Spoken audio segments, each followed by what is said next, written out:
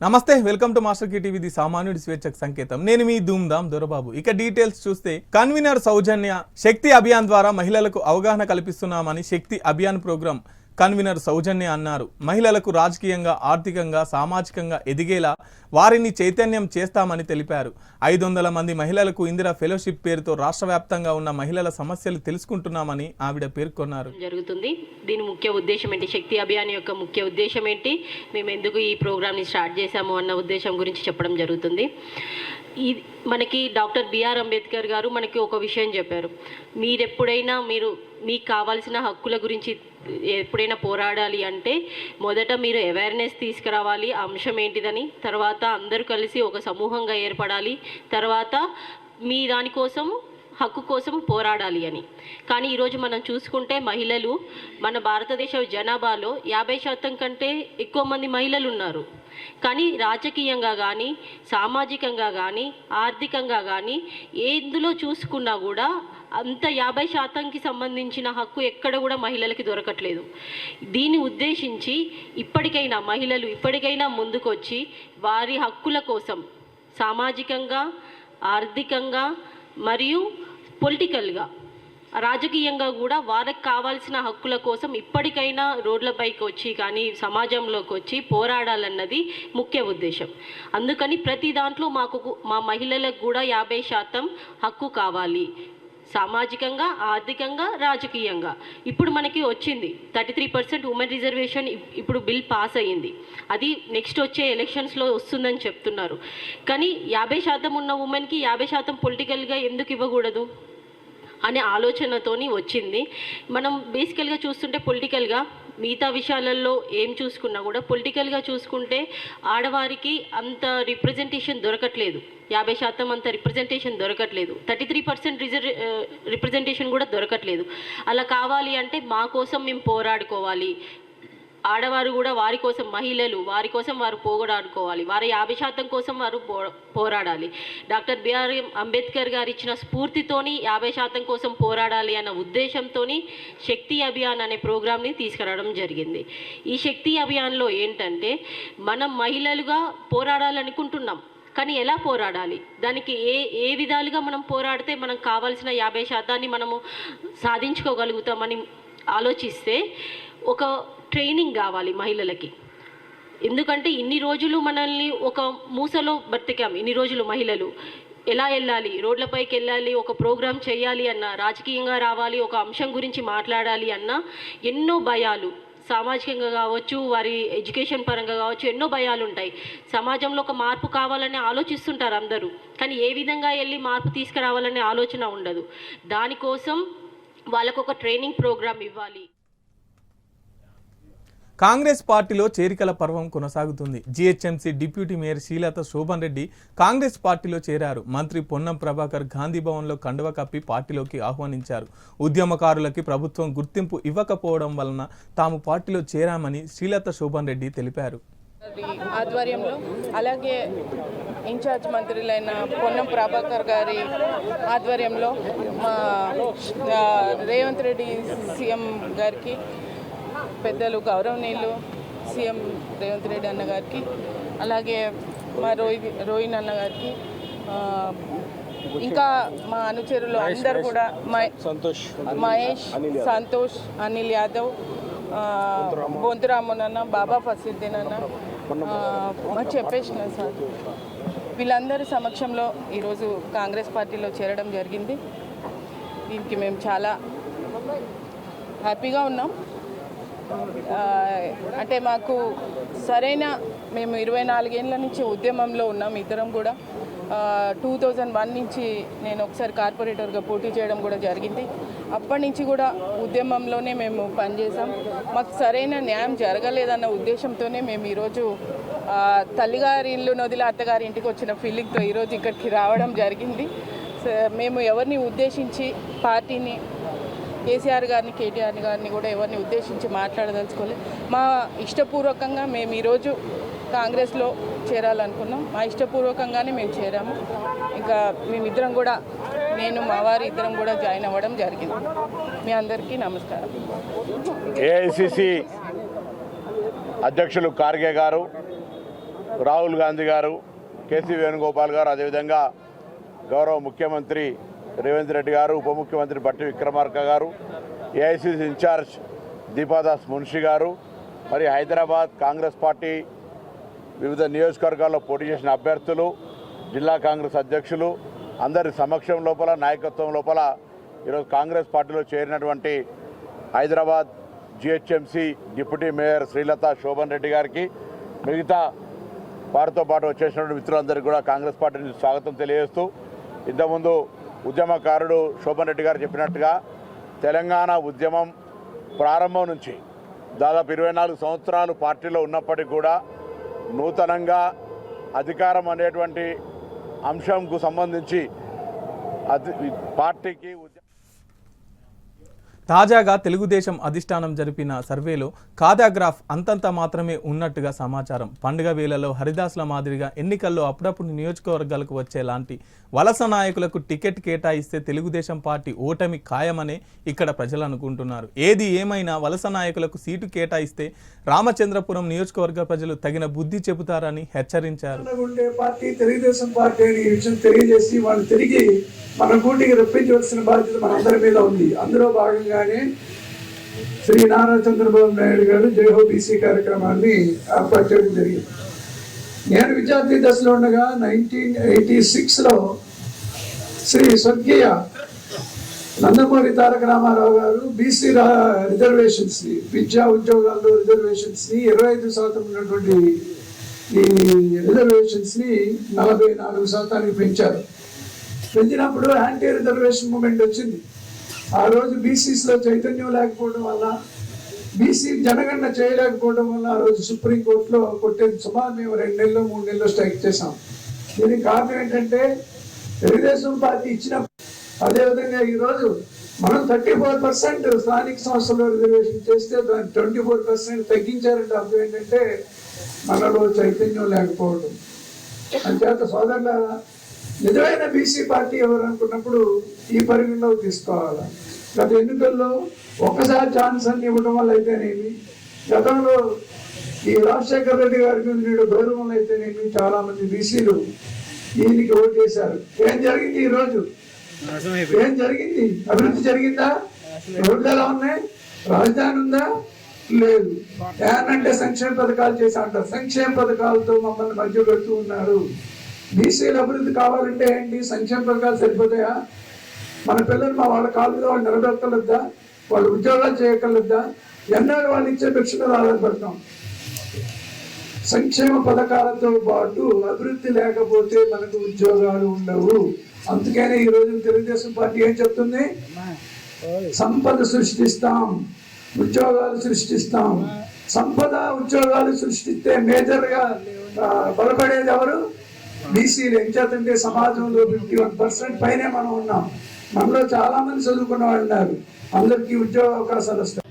గతంలో తెలుగుదేశం పార్టీకి వెన్నుదన్నుగా ఉన్నటువంటి బీసీ కులాలు, అందులో కొన్ని కులాలు తెలుగుదేశం పార్టీకి గత ఎన్నికల్లో దూరమైనటువంటి బీసీ సోదరులకు నిజంగా బీసీలకు అండదండగా ఉండే పార్టీ తెలుగుదేశం పార్టీ అని ఈ విషయం తెలియజేసి వాళ్ళు తిరిగి మన కూటికి. టీడీపీ అభ్యర్థిగా పి గన్నవరం నియోజకవర్గానికి మహాసేన రాజేష్ పేరును ఖరారు చేయడంతో టీడీపీ నాయకులు, కార్యకర్తలు నిరసన చేపట్టేందుకు సిద్ధమవుతున్నారు. స్థానిక ఆశావాహులకు సీటు ప్రకటించకపోవడంతో ఆగ్రహం వ్యక్తం చేస్తున్నారు. పి గన్నవరం నియోజకవర్గం టీడీపీ కార్యాలయానికి మూత వేశారు.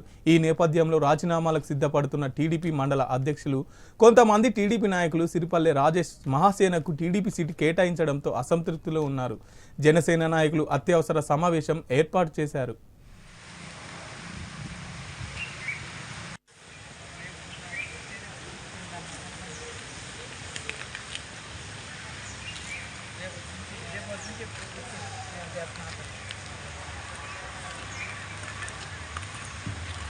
మాట్లాడతాం రేపు కూర్చే మాట్లాడతాం.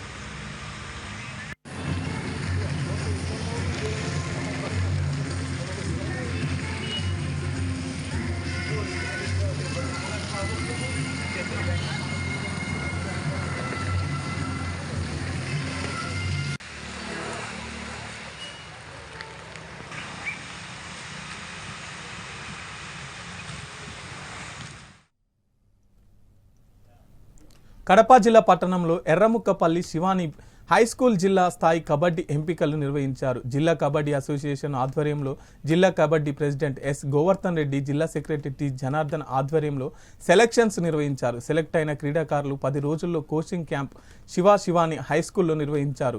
ఈ కార్యక్రమంలో కడప జిల్లా kabaddi association secretary M Prasad, kabaddi treasurer Jai Chandrababu, Yogi Vemana, university kabaddi coach Manohar, senior క్రీడాకారులు సురేంద్ర తదితరులు పాల్గొన్నారు.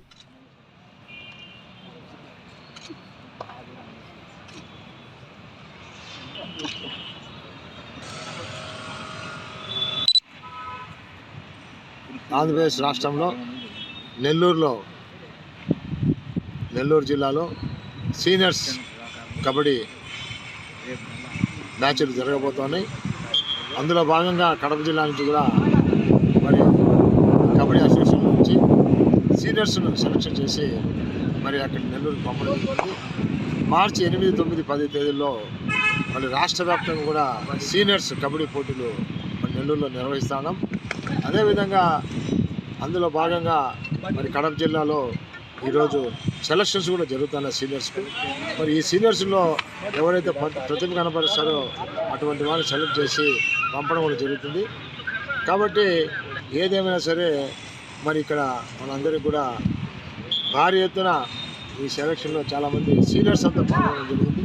మరి వాళ్ళల్లో సెలెక్ట్ చేసి మరి నెల్లూరు జిల్లా పంపడం జరుగుతుంది. ఏదేమైనా సరే కడప జిల్లాకు మనకు ప్లేస్ రావాలి, మనం నెంబర్ 1లో ఉండాలి. మేము ముందు నుంచి కూడా అదే చెప్తాం, ప్లేస్ మనం పోరాడాలి, నేర్చుకోవాలి, కోచింగ్ పొంది పోరాడితే పోయేది ఏం లేదు, ఫలితం రాదు. కాబట్టి మనం తప్పకుండా ఈ యొక్క కబడ్డీలో మంచి కోచింగ్ తీసుకొని ఈ 10 రోజులు మంచి కోచింగ్ తీసుకొని నెల్లూరులో తప్పకుండా నెంబర్ 1 స్థానంలో నిలబడాలని చెప్పేసి మరి జిల్లా అధ్యక్షుడిగా కబడ్డీ జిల్లా అధ్యక్షుడిగా కడప జిల్లా బద్వేల్లో వైసీపీ నుండి టీడీపీలోకి సిమెంట్ షరీఫ్ ఆధ్వర్యంలో 30 ముస్లిం మైనార్టీ కుటుంబాల మాజీ ఎమ్మెల్యే విజయమ్మ సమక్షంలో పార్టీలో చేరారు. ఈ సందర్భంగా మాట్లాడుతూ తెలుగుదేశం పార్టీ ముస్లిం మైనార్టీలకు పెద్దపీట వేసిందని అన్నారు. ప్రతి ఒక్క నాయకుడు కార్యకర్తలు పనిచేసేలా బద్వేల్ నియోజకవర్గం అభ్యర్థి బొజ్జ రోషనన్నను గెలిపించాలని ఆమె కోరారు.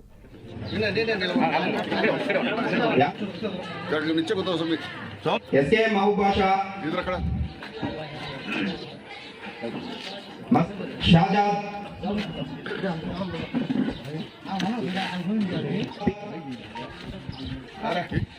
జగన్మోహన్ రెడ్డి, ఆశమలి. మరి ఆ రోజు జగన్మోహన్ రెడ్డి గారు ఒక్కసారి ఛాన్స్ ఇస్తే మీ అందరికి కూడా ఆకాశాన్ని కిందికి తీసుకొచ్చి చూపిస్తానని ఎన్నో మాటలు చెప్పి మధ్య పెట్టి నేర్పించుకున్నాడు. కానీ ముస్లిం మైనార్టీ వారికి ఏ విధమైన అంటే సహాయం చేయలేదు. బడుగు బలమైన వర్గాలకు కూడా ఎటువంటి సహాయ సహకారాలు అందించలేదని నేను మనసు కోరుకుంటున్నాను.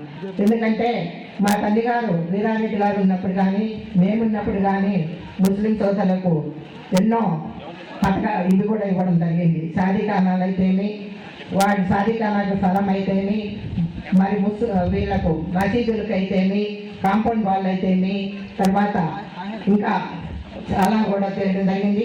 అదేవిధంగా మరి ముస్లిం సోదరులకు తెలుగుదేశం ప్రభుత్వం ఉన్నప్పుడు వాళ్లకు రంజాన్ టోపీ అయితేమి యాత్ర పూర్తి లేకుండా మొన్న నేను ఎయిర్పోర్ట్ పోతా, ఇదేంటంటే అద్దె బిల్డింగ్ అమ్మా అన్నారు. ఏమంటే తాళాలు కూడా వేసేసినారమ్మా, ఇప్పుడు ఏమీ లేదు, పూర్తి మూసేసినారన్నారు. ఇంకా పోతే వాళ్లకు ముస్లిం మైనార్టీ తరఫున ఉన్న స్థలాలు కూడా కబ్జాలు చేశారు. మరి ఇవన్నీ కూడా చూస్తే మీ అందరికీ కూడా అర్థమవుతుంది.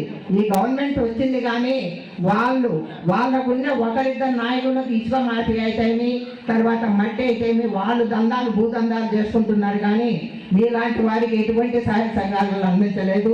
అదేవిధంగా మరి మొన్న విదేశ్ కూడా చెప్పాడు, మైనార్టీ సోదరులు కూడా అడిగారు, మేము పెళ్లిళ్ళు చేసుకోవాలంటే చాలా ఇబ్బందిగా ఉందమ్మా, మాకు తప్పకుండా సాధికారణ కావాలన్నారు. ఈసారి గవర్నమెంట్ వస్తానే తప్పకుండా మీకు సాధికారణ ఇప్పిస్తామని మనసారి కోరుకుంటున్నా. ఇప్పుడు మన మధ్య లేడు, చనిపోయినాడు. డబ్బులు కావాలంటే 35 లక్షలు నేను ఆర్థిక సహాయం చేసిన. వాళ్ళు ఏమడిగినా కూడా నేను సాయం చేసిన. మరి ఈరోజు మీరు మా తండ్రి గారికి మా కుటుంబానికి ఏ విధంగా ఆదరాభిమానాలు చూపించారో ఇప్పుడు కూడా మరి ఆ రోజు జగన్మోహన్ రెడ్డి గారు ఒక్కసారి ఛాన్స్ ఇస్తే మీ అందరికి కూడా ఆకాశాన్ని కిందికి తీసుకొచ్చి పాత పెన్షన్ ఇచ్చేవారికి మా ఓటు అని యూటీఎఫ్ రాష్ట్ర కార్యదర్శి లక్ష్మీరాజా, జిల్లా ప్రధాన కార్యదర్శి పాలం మహేష్ బాబు తెలిపారు. కడప జిల్లా యూటీఎఫ్ భవన్లో ఓట్ ఫర్ ఓపీఎస్ బుక్లెట్ ఆవిష్కరణ కార్యక్రమంలో పాల్గొన్నారు. ఈ సందర్భంగా వారు మాట్లాడుతూ ఉద్యోగ ఉపాధ్యాయులు 30 సంవత్సరాల పైబడి ప్రభుత్వ సేవలో పనిచేసిన వృద్ధాప్యంలో భరోసా కల్పించే పింఛన్ అందకుండా అన్యాయం చేయడం దుర్మార్గమని తెలిపారు. నేటి పాలకులు ఉద్యోగుల పట్ల చిన్న చూపు చూడడం సరైన విధానం కాదని విమర్శించారు.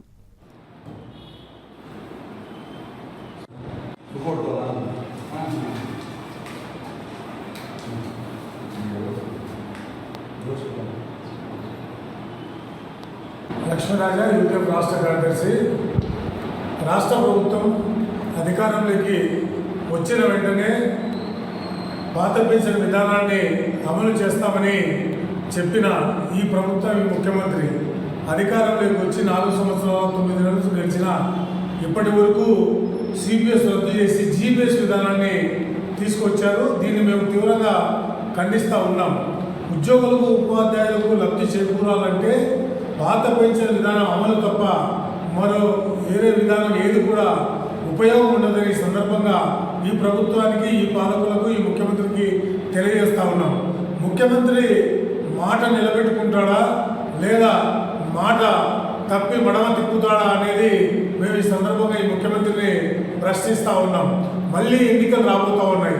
గత ఎన్నికల ముందేమో సిపిఎస్ రద్దు చేసి పాత పెన్షన్ విధానాన్ని అమలు చేస్తామన్న ముఖ్యమంత్రి ఇప్పటి వరకు దానిపైన నోరు మెలపలేదు. ఇప్పుడు కూడా ఆయన దేశంలో జీపీఎస్ చాలా మంచిదని చెప్తా ఉన్నాడు. దేశంలో ఇప్పటికే సిపిఎస్ వల్ల చాలా దుర్మార్గమైనది ఒకవైపు చెప్తా ఉంటే ఈయనేమో నేను జీపీఎస్ తెచ్చాను, ఇది చాలా మంచిదని చెప్పడానికి తీవ్రంగా ఖండిస్తా ఉన్నాం. కాబట్టి మీరు ఏదైనా ఉద్యోగులకు మేలు జరగాలంటే పాత పెన్షన్ విధానాన్ని అమలు చేయాలని ఆంధ్రప్రదేశ్ ఐక్యోపాధ్యాయ ఫెడరేషన్ యూటీఎఫ్ డిమాండ్ చేస్తూ ఉన్నాం. మేము ఇప్పటికే ఓపీఎస్ అమలు కోసం అనేక దశల వారి పోరాటాలు చేశాం. వెంటనే మీరు పాత పెన్షన్ విధానాన్ని అమలు చేయకపోతే ఈ పోరాటాన్ని మరింత ఉధృతం చేస్తామని ఈ సందర్భంగా ఈ ప్రభుత్వానికి, ఈ పాలకులకు, ఈ ముఖ్యమంత్రికి హెచ్చరిస్తా ఉన్నాం. లక్ష్మీరాజా, యూటీఎఫ్ రాష్ట్ర కార్యదర్శి. రాష్ట్ర ప్రభుత్వం అధికారంలోకి కాకినాడ జిల్లా జగ్గంపేట నియోజకవర్గం జనసేన పార్టీ ఇన్ఛార్జ్ పాటంశెట్టి సూర్యచంద్ర పాదయాత్రకు పర్మిషన్ లేదంటూ పోలీసులు అడ్డుకున్నారు. పోలీసులకు సూర్యచంద్రకు మధ్య వాగ్వాదం నెలకొన్నది. దీంతో సూర్యచంద్ర 1 గంట వ్యవధి పాటు జరిగిన తోపులాట తద్వారా చెమ్మగిలి స్పృహ కోల్పోయారు.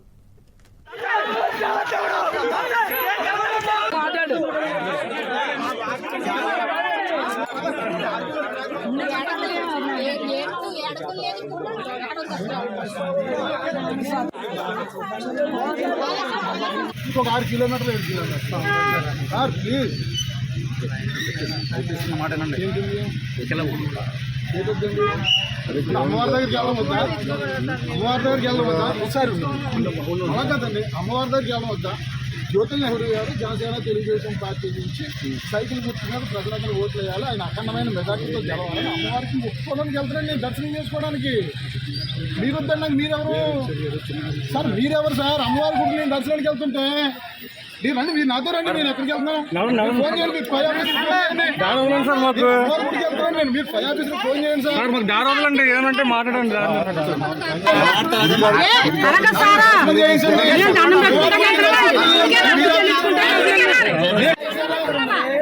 మాట్లాడండి, మీరు ఎస్పీతో మాట్లాడండి సార్. ఏమైనా ట్రాఫిక్ ఆగిపోయిందా? మా వల్ల ప్రజలు. పెద్దాపురం నియోజకవర్గ టీడీపీ జనసేన కూటమి అభ్యర్థి నిమ్మకాయల చినరాజప్ప ప్రయాణిస్తున్న కారు ప్రమాదానికి గురైంది. గుంటూరు జిల్లా తాడేపల్లిలో తెదాప కార్యాలయం నుంచి పెద్దాపురం వచ్చిన ఆయనకు పార్టీ శ్రేణులు ఘనంగా స్వాగతం పలికారు. అటు నుంచి అచ్చంపేటకు ర్యాలీగా వెళ్తుండగా పాషీల వారి వీధిలో చినరాజప్పను సన్మానించాలని కార్యకర్తలు ముందుకొచ్చారు. డ్రైవర్ వారిని తప్పించే క్రమంలో వాహనం డివైడర్ పైకి దూసుకెళ్లింది.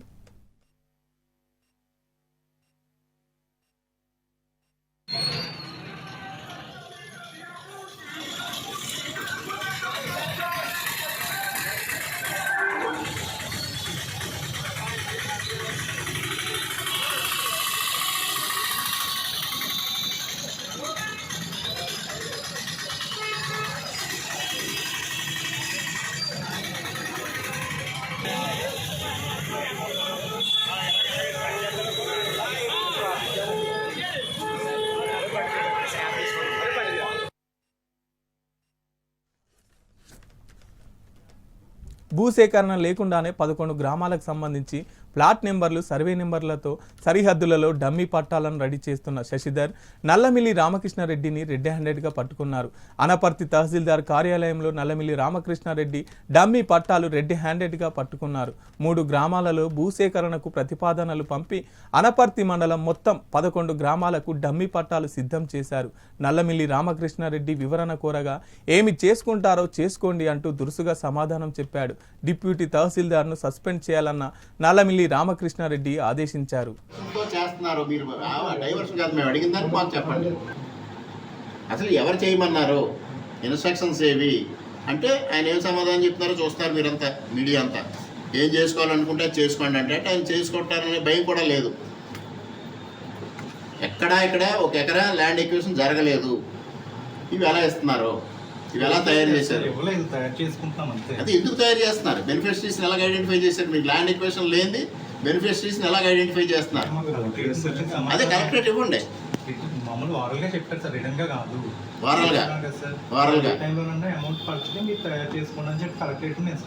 కలెక్టర్ గారు ఇచ్చారు. ఎవరు ఇచ్చారు, కలెక్టరేట్ నుంచి ఎవరు ఇచ్చారు, కలెక్టరేట్ నుంచి ఎవరు ఇచ్చారు, కలెక్టర్ గారికి తెలియకుండా కలెక్టరేట్ నుంచి ఇస్తారా చెప్పండి. కలెక్టర్ గారు ఇన్స్ట్రక్షన్స్ ఉండాలి కదా, కలెక్టర్ గారు కాకుండా ఎవరు ఇస్తారు ఇన్స్ట్రక్షన్స్? రిటర్న్గా ఇవ్వలేదు, వారాలుగా తెలియదు ఎవరు చెప్పారు. సరిహద్దులు కూడా వేసేసి ఫ్లాట్ నెంబర్లు వేసేసి ఫ్లాట్ ఎలా పడి తీశారండి.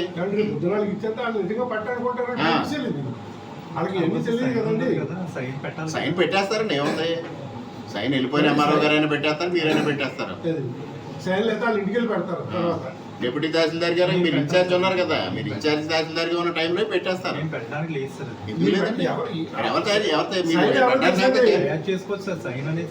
తయారు చేయడానికి మరి రేట్ ఉంది మీకు, అదే ఇన్ఛార్జ్ గా చేశారు కదా తమరు. ఎందుకు పెట్టరండి, బ్యాక్ డేట్ తో పెడతారు. మన పోసుబాబు గారు 120 పట్టాలు వెళ్ళిపోయి వచ్చిన తర్వాత పెట్టారు. పెడితే దానికి వ్యాలిడిటీ ఉండదండి. వ్యాలిడిటీ ఎలా వస్తుంది సార్, వాళ్ళకి అమౌంట్ పడలేదు కదా. అమౌంట్ పడకపోతే ఇది ఎందుకు చేస్తున్నారు, అమౌంట్ పడకపోతే అసలు రిటర్న్ గా అఫీషియల్ గా ఎక్విజిషన్ కాలేదు, ఎక్విజిషన్ కాంతి పట్టాలి ఎలా ఎవరిచ్చారు ఈ చేయమని కాదు, ఇది ఇన్స్ట్రక్షన్స్ ఎవరిచ్చారు. శ్రీకాకుళం జిల్లా ఇచ్చాపురం నియోజకవర్గం టీడీపీ జనసేన ఉమ్మడి అభ్యర్థిగా టీడీపీ ఎమ్మెల్యే బెందాలం అశోక్ను ప్రకటించారు. ఇచ్చాపురంలో వరుసగా 2 సార్లు గెలిచిన డాక్టర్ బెందాలం అశోక్కు టీడీపీ అభ్యర్థిగా ప్రకటించడంతో టీడీపీ శ్రేణులు నియోజకవర్గంలో సంబరాలు జరుపుకుంటున్నారు. బాణసంచలు కాలుస్తూ డ్యాన్స్ వేశారు. ఈ సందర్భంగా ఎమ్మెల్యే అశోక్ మాట్లాడుతూ చంద్రబాబు, పవన్ కళ్యాణ్కు ధన్యవాదాలు తెలిపారు.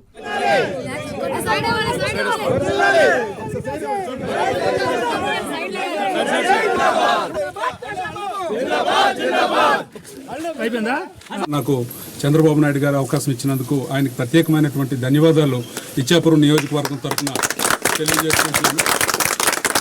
చాలా సంతోషంగా ఉంది. 3వసారి మళ్ళీ నమ్మకంతో నా మీద ఒక పెద్ద బాధ్యతని తెలుగుదేశం పార్టీ, జనసేన పార్టీ పెట్టింది. ఖచ్చితంగా ఈ విషయంలో ఎప్పుడులాగే ఇచ్చాపురం నియోజకవర్గం కంచుకోట అని నిరూపించుకుని మళ్ళీ మొట్టమొదటి విజయం తెలుగుదేశం పార్టీ, జనసేన పార్టీకి ఇక్కడి నుంచే ప్రారంభమయ్యేలాగా మా కార్యాచరణ ఉండబోతుంది. మీ అందరూ చూశారు, శ్రేణులు చాలా ఉత్సాహంగా ఉన్నారు.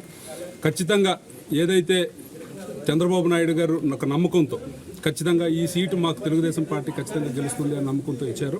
ఖచ్చితంగా ఆ నమ్మకాన్ని నిలబెట్టుకునే విధంగా మరింత విస్తృతంగా మా కార్యక్రమాలు చేస్తాం, ప్రజల దగ్గరికి వెళ్తాం. ఈరోజు రాష్ట్రంలో జరుగుతున్నటువంటి ప్రతి అరాచకాన్ని కూడా వివరిస్తాం ప్రజలందరికీ కూడా. గతంలో చంద్రబాబు నాయుడు గారు ముఖ్యమంత్రిగా ఉన్నప్పుడు చేసినటువంటి మేలుని చెప్తూ ఈరోజు జనసేన, తెలుగుదేశం ఉమ్మడి ఏదైతే ఉమ్మడి ఈ నెల 26న వాల్తేరు డివిజన్ పరిధిలో రైల్వే స్టేషన్లకు పునరాభివృద్ధి పనులకు ప్రధానమంత్రి నరేంద్ర మోడీ శంకుస్థాపన చేయనున్నట్లు Waltair railway division manager Saurabh Prasad తెలిపారు. రైలు ఓవర్ బ్రిడ్జి నిర్మాణాలకు 218 కోట్లు వెచ్చించారని, వాల్తేరు డివిజన్ పరిధిలోకి వచ్చే 17 రైల్వే స్టేషన్లకు గాను 12 రైల్వే స్టేషన్లలో పునరాభివృద్ధి పనులకు 443.47 కోట్లు కేటాయించారన్నారు. రానున్న ఆర్థిక సంవత్సరానికి ఈ పనులు పూర్తవుతాయని తెలిపారు. In one product stalls, Prime Minister Shri Narendra Modi ji is dedicating to the nation 500, the foundation stone he is also laying, of 554 stations across Indian Railways and 1500 road over bridges or road under bridges across Indian Railways. This total investment by the government totals around 41,000 crores. Voltaire division, which is a premier division of Indian Railways, we have a total of 17 railway stations where station redevelopment is going on. Out of these, 15 stations are under the Amrit Bharat station scheme. Out of this 1,030 crores, 736 crores are in major upgradation of Visakhapatnam and Raigada stations, and 293.62 crores are for the Amrit stations.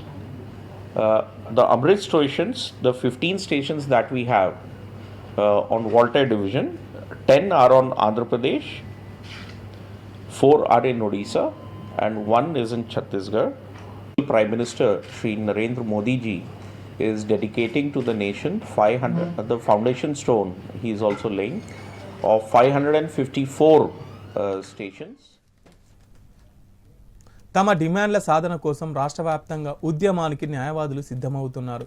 ఇందులో భాగంగా విశాఖ నగరంలో పౌర గ్రంథాలయం Indian lawyers association ఆధ్వర్యంలో round table సమావేశం నిర్వహించారు. ఈ సందర్భంగా ఇండియన్ లాయర్స్ అసోసియేషన్ రాష్ట్ర అధ్యక్షులు శాంతకుమార్ మాట్లాడుతూ advocate welfare fund, death benefit fund 10 లక్షల రూపాయలకు పెంచాలని, మరణించిన న్యాయవాదులకు రాష్ట్ర ప్రభుత్వం ప్రకటించిన మ్యాచింగ్ గ్రాంట్ 4 లక్షల రూపాయలు వెంటనే చెల్లించాలని ఆయన డిమాండ్ చేశారు.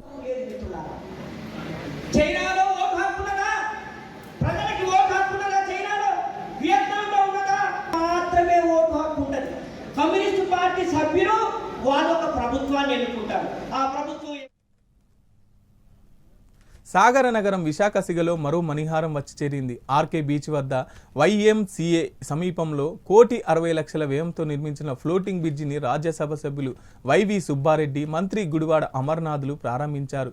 బీచ్లో 1.60 కోట్ల వ్యయంతో ఫ్లోటింగ్ బ్రిడ్జిని పూర్తి చేసి పర్యాటకులకు అందుబాటులోకి తీసుకొచ్చినట్లు తెలిపారు. ఫ్లోటింగ్ వంతెన వల్ల పర్యాటకుల సంఖ్య పెరుగుతుందని ఆశాభావం వ్యక్తం చేశారు. విశాఖను పర్యాటకంగా మరింత సుందరంగా తీర్చిదిద్దుతామని ఆయన తెలిపారు. రారా, తొందరగా పరిగెత్తుకుంటూ రారా.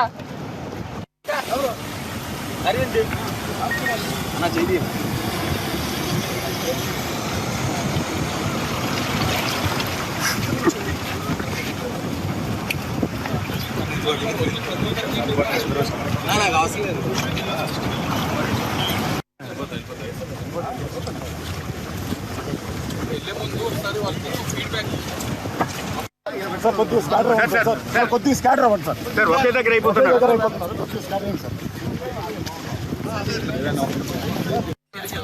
కొద్దిగా అనుకున్నాం, కొద్దిగా జరగమ్మా. అదే పర్లేదు. ఏ సార్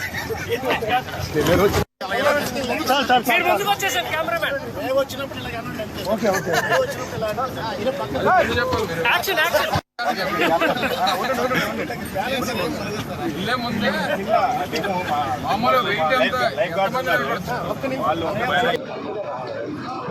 ఎంతో సుందరమైన నగరంగా అభివృద్ధి చెందుతూ చేస్తున్నాం. దాంట్లో భాగంగా విశాఖ బీచ్లో సుమారు 1,60,00,000 రూపాయలతో ఫ్లోటింగ్ బ్రిడ్జి నిర్మాణం చేసి పర్యాటకులకు అందుబాటులోకి తీసుకురావడం జరిగింది. దీనివల్ల పర్యాటకుల సంఖ్య గణనీయంగా పెరుగుతుంది. అదేవిధంగా సముద్రం నుంచి విశాఖ నగరం అందరాన్ని వీక్షించడానికి సుమారుగా 100 మీటర్స్ లోనకెళ్ళి పర్యాటకులకి ఎంతో ఆకర్షణీయంగా ఉంటుందని మేము భావిస్తున్నాం. విశాఖ నగరం చాలా సుందరమైన నగరం. విశాఖ నగరానికి సుమారుగా 25-26 కిలోమీటర్ల బీచ్, కేవలం ఇదివరకు ఒక ఆర్కే బీచ్ మాత్రమే అందుబాటులో ఉండేది. బీచ్ రోడ్లో 26 కిలోమీటర్ల బీచ్ రోడ్లో మా ప్రభుత్వం వచ్చినాక పర్యాటక రంగంపై మా గౌరవ ముఖ్యమంత్రి జగన్మోహన్ రెడ్డి గారు ప్రత్యేక దృష్టి పెట్టి విశాఖలో ఇంకా 2 పర్యాటకులకి అందుబాటులో దేవల్ తిరుమలాపూర్ గ్రామంలో శ్రీ శ్రీ శ్రీ వెంకటేశ్వర స్వామి రథోత్సవ కార్యక్రమం గోవింద స్మరణతో ఘనంగా నిర్వహించారు. ఈ కార్యక్రమానికి ముఖ్య అతిథిగా మండల ఎంపీపీ శ్రీ సూర్యప్రతాప్ గౌడ్ పాల్గొన్నారు.